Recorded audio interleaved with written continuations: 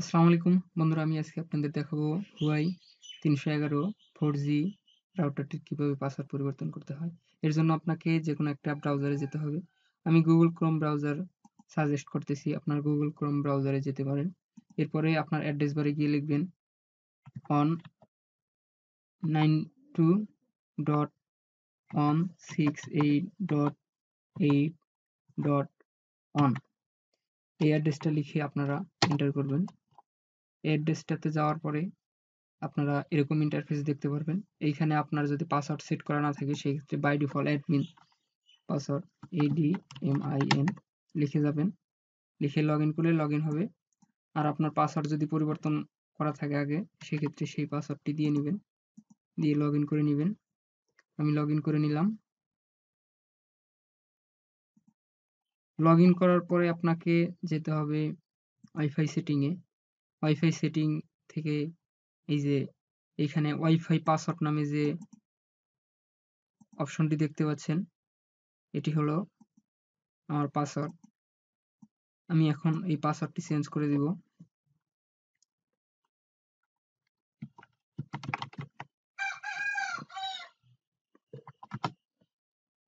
এই পাসওয়ার্ডটি আমি কপি করে রাখি,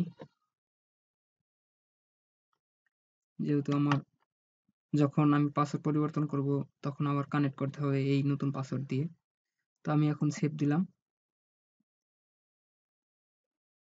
বন্ধুরা, configuration complete, the system will restart wifi, অর্থাৎ আমার এই ওয়াইফাইটি এখন রিস্টার্ট নেবে, অর্থাৎ বন্ধ হয়ে আবার চালু হবে।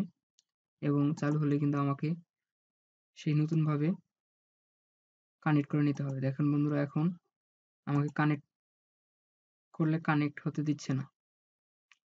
সেই ক্ষেত্রে আমাকে নতুন পাসওয়ার্ড দিয়ে আবার কানেক্ট হতে হবে, যার ফলে আমাকে এখন এটি ফরগেট করে নিতে হবে। আমি এখন ফরগেট করে নিলাম।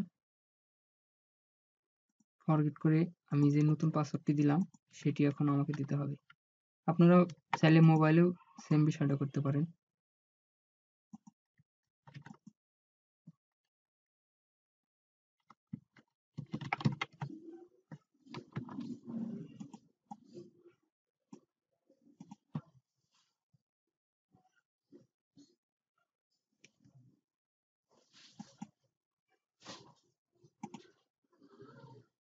আপনারা দেখেন এখন কিন্তু আমার রাউটারটি ওয়াইফাইটি কানেক্ট হয়ে গেছে।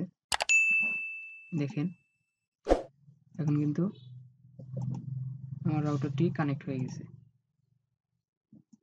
আমি যদি আবার সেই একই অ্যাড্রেসে যাই সেক্ষেত্রে আমাকে ড্যাশবোর্ডে নিয়ে আসবে, এবং ড্যাশবোর্ডে থেকে যদি আমি ওয়াইফাই সেটিংয়ে যাই এবং আমার এই ওয়াইফাই পাসওয়ার্ডটি আবারও দেখতে চাই সেক্ষেত্রে দেখেন এখন কিন্তু চেঞ্জ হয়ে গেছে।